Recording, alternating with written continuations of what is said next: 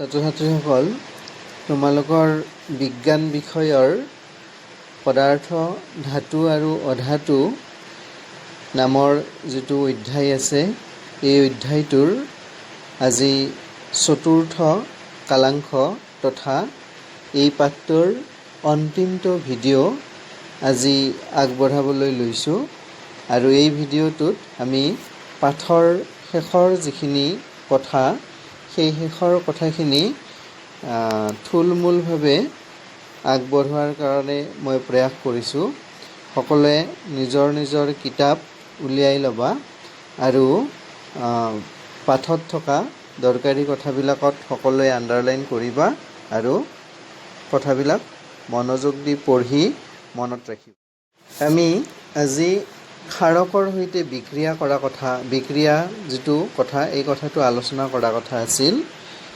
আমি মন কৰিম যে যিবিলাক ধাতু আছে ধাতুবিলাকে ক্ষাৰকৰ সৈতে কৰা বিক্ৰিয়াবিলাক সাধাৰণতে জটিল নহয়।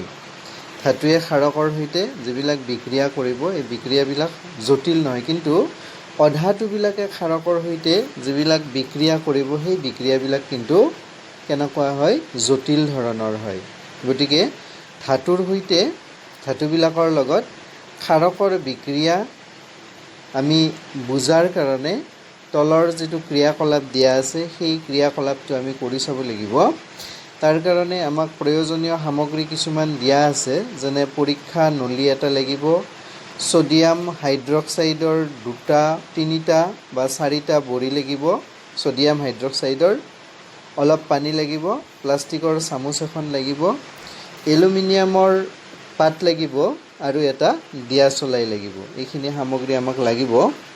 আৰু তাৰপিছত আমি কি কৰিম যে প্ৰথমতে পৰীক্ষা নলীটোত 5 মিলিলিটাৰমান জোখৰ পানী ল'ম আৰু তাৰ লগত ছ'ডিয়াম হাইড্ৰক্সাইডৰ যিকেইটা আমি বড়ি লৈছিলোঁ, 3 বা 4 বড়ি যি লৈছিলোঁ এই বড়িকেইটা আমি লগ কৰি দি এটা দ্ৰৱ প্ৰস্তুত কৰি দিম, মিহলাই দিম। সেই ছ'ডিয়াম হাইড্ৰক্সাইডৰ বড়িকেইটা 5 মিলিলিটাৰ পানীৰ লগত মিহলাই দিলে এটা দ্ৰৱ প্ৰস্তুত হ'ব। এতিয়া এলুমিনিয়ামৰ পাত টুকুৰা আমি যি লৈছিলোঁ সেই পাত টুকুৰা দ্ৰৱটোত যোগ দিম, মিহলাই দিম।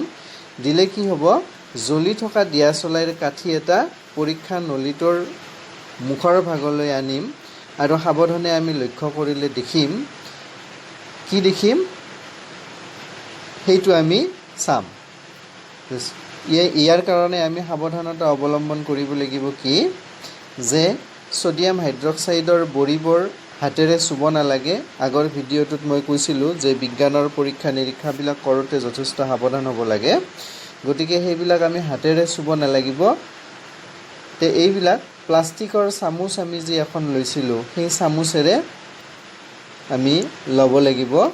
ছ'ডিয়াম হাইড্ৰক্সাইডৰ দ্ৰৱটো প্ৰস্তুত কৰোঁতে এই ক্ৰিয়াকলাপটো আমি পৰ্যবেক্ষণ কৰি কি দেখিম যে পৰীক্ষা নলীটোৰ মুখলৈকে জ্বলি থকা জুইশলাৰ কাঠিডাল আগবঢ়াই দিওঁতে তাত আমি আগতে কোৱাৰ দৰে, আগৰ ভিডিঅ'ত কোৱাৰ দৰে পপ শব্দ এটাৰ সৃষ্টি হ'ব।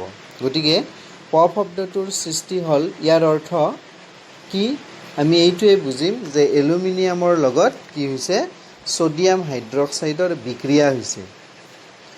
কি হৈছে যে এলুমিনিয়ামৰ লগত ছ'ডিয়াম হাইড্ৰক্সাইডৰ বিক্ৰিয়া হৈছে আৰু বিক্ৰিয়া হোৱাৰ ফলস্বৰূপে কি হ'ল, হাইড্ৰজেন গেছৰ উৎপন্ন হ'ল।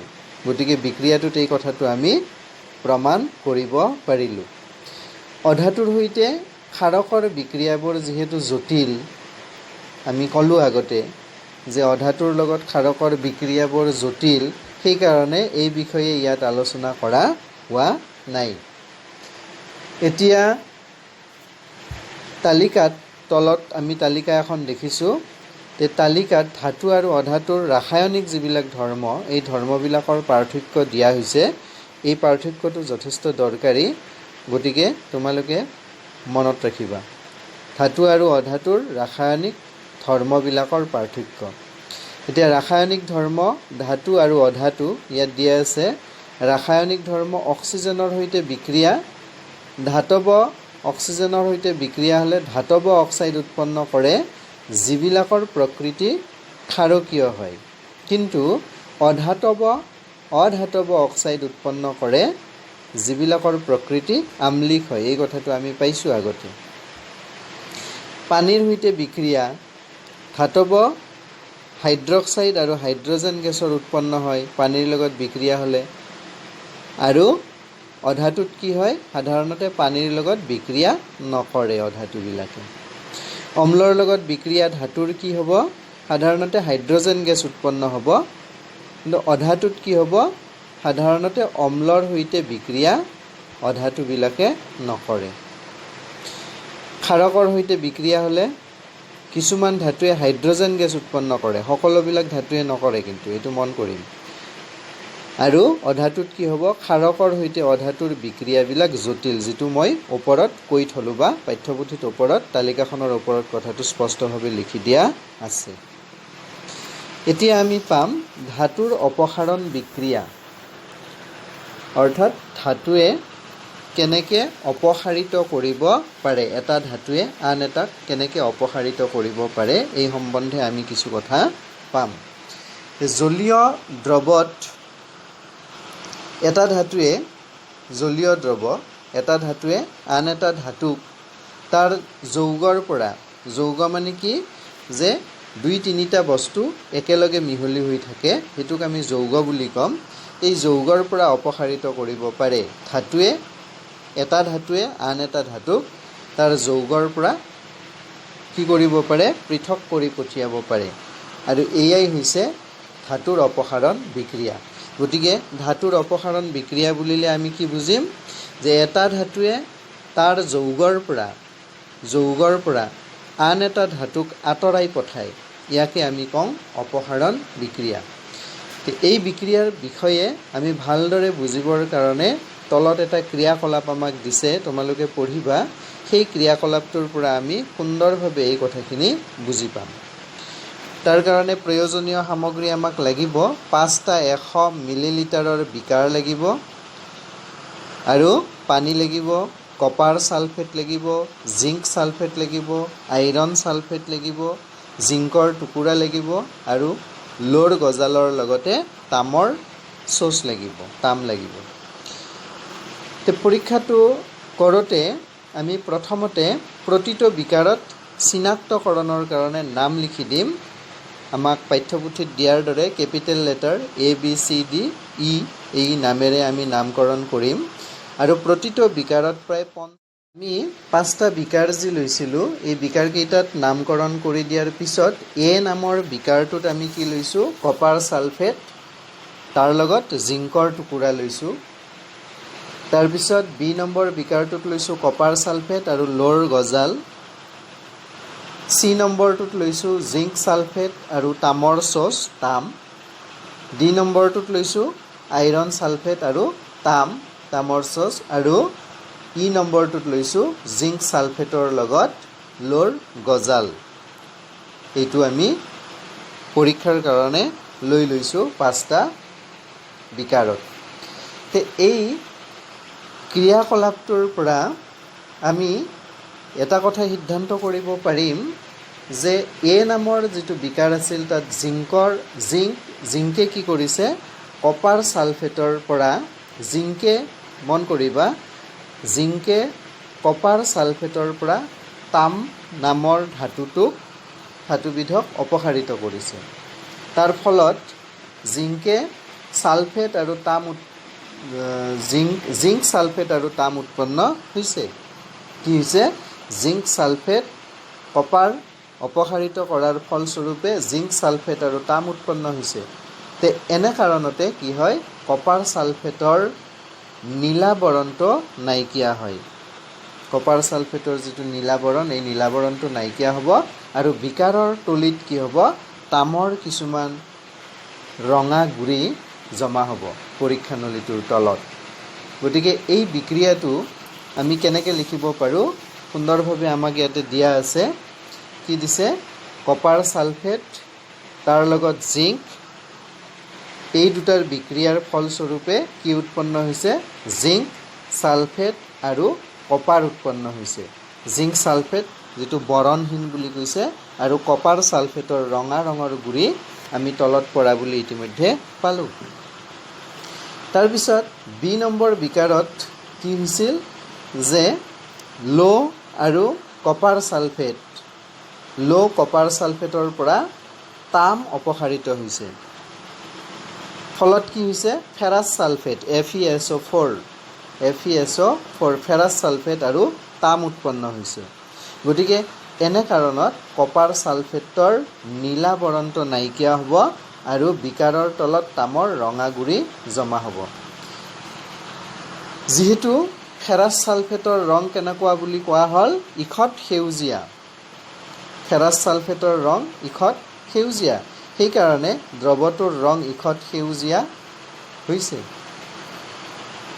ফেৰাছ ছালফেটৰ ৰং ইখত পাতল সেউজীয়া, গতিকে দ্ৰৱটোৰ ৰং কেনেকুৱা হৈছে পাতল সেউজীয়া হৈছে।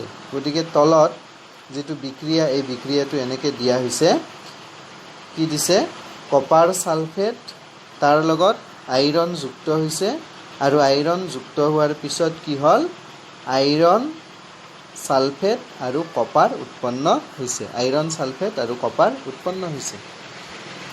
গতিকে এইখিনি আমি মন কৰিব লগা কথা যে যি দুটা বিক্ৰিয়া আমাক দিছে সেই বিক্ৰিয়া দুটা আমি মনত ৰাখিব লাগে। গতিকে এতিয়া প্ৰশ্ন হৈছে যে বিকাৰ চি ডি আৰু ইত কিয় ৰঙৰ পৰিৱৰ্তন নহ'ল বা তাত কিয় কোনো বিক্ৰিয়া সংঘটিত নঘটিল। প্ৰথমে বিকাৰ চিৰ কথাটো আমাক কৈছে যে যিহেতু বিকাৰ চিত কোনো পৰিৱৰ্তন হোৱা নাই, বিকাৰ চিত কি আছিল জিংক ছালফেট আৰু তামৰ চ'চ আছিল, গতিকে তাত কোনো পৰিৱৰ্তন হোৱা নাই। গতিকে ইয়াৰ পৰা বুজিব লাগিব, কি বুজিম যে জিংক ছালফেটৰ পৰা জিংক অপসাৰিত নহয় বা কৰিব পৰা। তো এতিয়া প্ৰশ্ন হয় কি কিয় এনেকুৱা হ'ল, এইটো এটা প্ৰশ্ন হয় আমাৰ মনত। এই ক্ষেত্ৰত নীতিটো যিটো নিয়ম আছে এই নিয়মটো হ'ল যে তামতকৈ জিংক অধিক সক্ৰিয়, ধাতুবিলাকৰ কিছুমান ধাতু অধিক সক্ৰিয় কিছুমান ধাতু কম সক্ৰিয়, গতিকে তামতকৈ জিংকৰ সক্ৰিয়তা গুণ বেছি।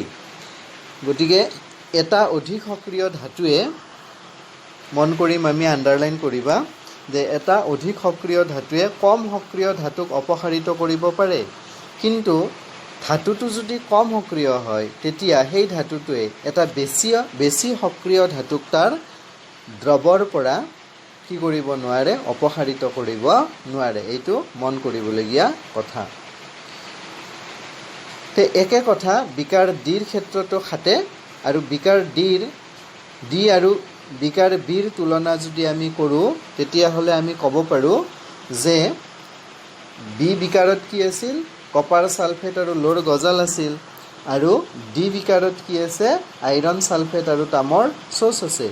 গতিকে আমি ক'ব পাৰোঁ যে তামতকৈ লো অধিক সক্ৰিয়, তামতকৈ লো সক্ৰিয়তা বেছি, কিয়নো বিকাৰ বিত লোৱে কি কৰিছে কপাৰ ছালফেটৰ পৰা তামক অপসাৰিত কৰিব পাৰিছে। বিকাৰ বিত লোৱে কপাৰ ছালফেটৰ পৰা তামক অপসাৰিত কৰিব পাৰিছে, কিন্তু বিকাৰ ডিত তামে ফেৰাছ ছালফেটৰ পৰা, বিকাৰ ডিত কি আছে আইৰণ ছালফেট আছে আৰু তামৰ চ'চ আছে, গতিকে বিকাৰ ডিত ফেৰাছ ছালফেটৰ পৰা লোক অপসাৰিত কৰিব পৰা নাই। বিকাৰ ইত আমি দেখিছোঁ যে লোৱে জিংক ছালফেটৰ পৰা জিংকক অপসাৰিত কৰিব পৰা নাই। গতিকে এই গোটেই কথাখিনি আমি চালি জাৰি চাই আমি ক'ব পাৰোঁ যে জিংক আৰু তামৰ ক্ষেত্ৰত অধিক সক্ৰিয়ৰ পৰা কম সক্ৰিয়ৰ অনুক্ৰমটো আমি তলত দিয়া ধৰণে লিখিব পাৰোঁ যে তামতকৈ লো অধিক সক্ৰিয় আৰু লোতকৈ জিংক অধিক সক্ৰিয়। এইবাৰ আমি পাম ধাতু আৰু অধাতুৰ ব্যৱহাৰ, ক'ত ধাতু ব্যৱহাৰ কৰা হয় আৰু ক'ত অধাতু ব্যৱহাৰ কৰা হয়, এইখিনি তোমালোকে পঢ়িবা। তালিকাখনৰ কথাখিনি মই কৈছোঁ যে ধাতু তাৰ ব্যৱহাৰ ধাতুৰ ব্যৱহাৰ যেনে লো ক'ত ব্যৱহাৰ কৰা হয় বিভিন্ন যন্ত্ৰপাতি ৰেলৰ চিৰি পুতলা এইবিলাক বনোৱাত লো ব্যৱহাৰ কৰা হয় আমি দেখোঁ তাৰপিছত বাচন বৰ্তন ফ্ৰেম বৈদ্যুতিক মটৰ ডাইনামৰ কুণ্ডলী তাৰপিছত কিছুমান ৰঞ্জক পদাৰ্থ আতচবাজি এইবিলাকত এলুমিনিয়াম ব্যৱহাৰ কৰা হয় বিদ্যুতৰ তাৰ অন্যান্য বৈদ্যুতিক সৰঞ্জাম কিছুমান বাচন বৰ্তন আগৰ দিনত ব্যৱহাৰ হোৱা কিছুমান মুদ্ৰা বীজাণুনাশক কীটনাশক ৰং আদি এইবিলাক তৈয়াৰ কৰোঁতে সাধাৰণতে তাম ব্যৱহাৰ কৰা হয় তাৰপিছত মুদ্ৰা অলংকাৰ মুদ্ৰা বুলি কওঁতে আগৰ দিনত এইবিলাক আছিল অলংকাৰ এতিয়াও আছে অন্যান্য যিবিলাক শোভা বৰ্ধনকাৰী বস্তু ইয়াৰ উপৰিও বাচন বৰ্তন ইয়াৰ প্ৰভাৱটো বেছি কম এইবিলাক প্ৰস্তুত কৰোঁতে কি ব্যৱহাৰ কৰা হয় সাধাৰণতে ৰূপ ঠিক সেইদৰে অধাতুবিলাকৰ ব্যৱহাৰো যে সকলোবিলাক জীৱই শ্বাস প্ৰশ্বাসত অক্সিজেন ব্যৱহাৰ কৰে কৃত্ৰিম শ্বাস প্ৰশ্বাসৰ কাৰণে ইয়াক ব্যৱহাৰ কৰা হয় আৰু তৰল অক্সিজেন ৰকেটৰ ইন্ধন হিচাপে ব্যৱহাৰ কৰা হয় অক্সিজেন হৈছে অধাতু গন্ধক এবিধ অধাতু জুইহলা বাৰুদ কিছুমান বীজাণুনাশক আৰু কীটনাশক প্ৰস্তুত কৰিবলৈ গন্ধক ব্যৱহাৰ কৰা হয় গন্ধক হৈছে অধাতু এচিড কিছুমান সাৰ এইবিলাক প্ৰস্তুত কৰাত নাইট্ৰজেন ব্যৱহাৰ কৰা হয় জুইহলাৰ প্ৰস্তুতি বা অন্যান্য কিছুমান দৰকাৰী ৰাসায়নিক পদাৰ্থ প্ৰস্তুত কৰিবৰ কাৰণে কি ব্যৱহাৰ কৰা হয় ফসফৰাছ নামৰ অধাতুবিধ ব্যৱহাৰ কৰা হয় এই ক্ষেত্ৰত আমি আগতে সপ্তম শ্ৰেণীত শিকি আহিছিলোঁ কি যে এটা ৰাসায়নিক বিক্ৰিয়াত নতুন পদাৰ্থৰ সৃষ্টি হ'ব পাৰে ভৌতিক আৰু ৰাসায়নিক পৰিৱৰ্তনত আমি পাইছোঁ যে ৰাসায়নিক বিক্ৰিয়াত কি হ'ব নতুন পদাৰ্থৰ সৃষ্টি হ'ব আৰু এই ক্ষেত্ৰত বিক্ৰিয়া ঘটোৱা পদাৰ্থবিলাক ভাঙি যায় আৰু তাত এটা বা তাতকৈ বেছি নতুন পদাৰ্থৰ সৃষ্টি হয় এটা বা তাতকৈ অধিক এতিয়া আমি জানি থম যে যদিহে এবিধ পদাৰ্থক ৰাসায়নিক বিক্ৰিয়াৰ দ্বাৰা শীতলীকৰণৰ দ্বাৰা উত্তাপনৰ দ্বাৰা অথবা বিদ্যুৎ বিশ্লেষণৰ দ্বাৰা পুনৰ ভাঙিব পৰা নাযায় তেন্তে তাক আমি কি বুলি ক'ম মৌল বুলি ক'ম যদি ভাঙিব পৰা নাযায় এইবিলাক প্ৰক্ৰিয়াৰ জৰিয়তে এইবিলাক বিক্ৰিয়াৰ জৰিয়তে যদি আমি ভাঙিব নোৱাৰোঁ সেই পদাৰ্থটোক তেতিয়াহ'লে আমি কি বুলি ক'ম তাক মৌল বুলি ক'ম লো সোডিয়াম গন্ধক কাৰ্বন এইবিলাকক আমি একোটা মৌল বুলি ক'ব পাৰোঁ তে মৌলৰ যেটো ক্ষুদ্ৰতম গোট তাক আমি কি বুলি কওঁ পৰমাণু বুলি কওঁ মৌলৰ ক্ষুদ্ৰতম গোটটো হৈছে পৰমাণু খালি ঠাই লিখিব দিয়ে বা 1 নম্বৰৰ সাধাৰণতে প্ৰশ্ন আহে তাৰ পিছত দৰকাৰী কথাখিনি হৈছে কি যে আমাৰ বিশ্ব ব্ৰহ্মাণ্ডত যদিও অসংখ্য ধৰণৰ পদাৰ্থ আছে তথাপি এই যিবিলাক পদাৰ্থ এই পদাৰ্থবিলাক গঠন কৰা যিবিলাক মৌল এই মৌলবোৰৰ সংখ্যা একেবাৰে সীমিত প্ৰাকৃতিকভাৱে মৌলৰ সংখ্যা হৈছে 94টাতকৈ বেছি নহয় প্ৰায় 94টামান মৌল আমি প্ৰাকৃতিকভাৱে পাওঁ মৌলবিলাকৰ এটা গুৰুত্বপূৰ্ণ শ্ৰেণীবিভাজন হৈছে কি মৌলবিলাকৰ গুৰুত্বপূৰ্ণ শ্ৰেণীবিভাজনটো হৈছে ধাতু আৰু অধাতু বেছিভাগ মৌলই কিন্তু ধাতু এই কথাটো আমি মন কৰিব লাগে যে বেছিভাগ মৌলই হৈছে ধাতু আনহাতে অধাতুৰ সংখ্যা 20টাতকৈও কম কিছুমান মৌলই ধাতু আৰু অধাতুৰ দুয়োটাৰে ধৰ্ম দেখুৱাব পাৰে কিছুমান মৌলই দুইটা ধৰ্ম দেখুৱায় ধাতুৰ ধৰ্মও দেখুৱায় আৰু অধাতুৰ ধৰ্মও দেখুৱায় এই ধৰ্ম দেখুওৱা এইবিলাকক কি বুলি কোৱা হয় মৌলবিলাকক ধাতুকল্প বুলি কোৱা হয় ধাতুকল্পৰ উদাহৰণ হৈছে আৰ্ছেনিক এন্টিমনি বৰণ সিলিকন ইত্যাদি এইবিলাক হৈছে ধাতুকল্পৰ উদাহৰণ পিছৰ শ্ৰেণীত আমি নৱম বা দশম শ্ৰেণীত ধাতুকল্পৰ বিষয়ে আৰু অধিক কিছু কথা জানিব পাৰিম গতিকে মই আশা কৰোঁ সকলো ছাত্ৰ ছাত্ৰী এই কথাখিনি উপলব্ধি কৰিব পাৰিব পাঠটোৰ পৰা মনত ৰাখিব পাৰিব ইয়াৰ পিছত আমি প্ৰশ্ন উত্তৰৰ ফালে যাম পিছৰ যি ভিডিঅ' মই দিম এই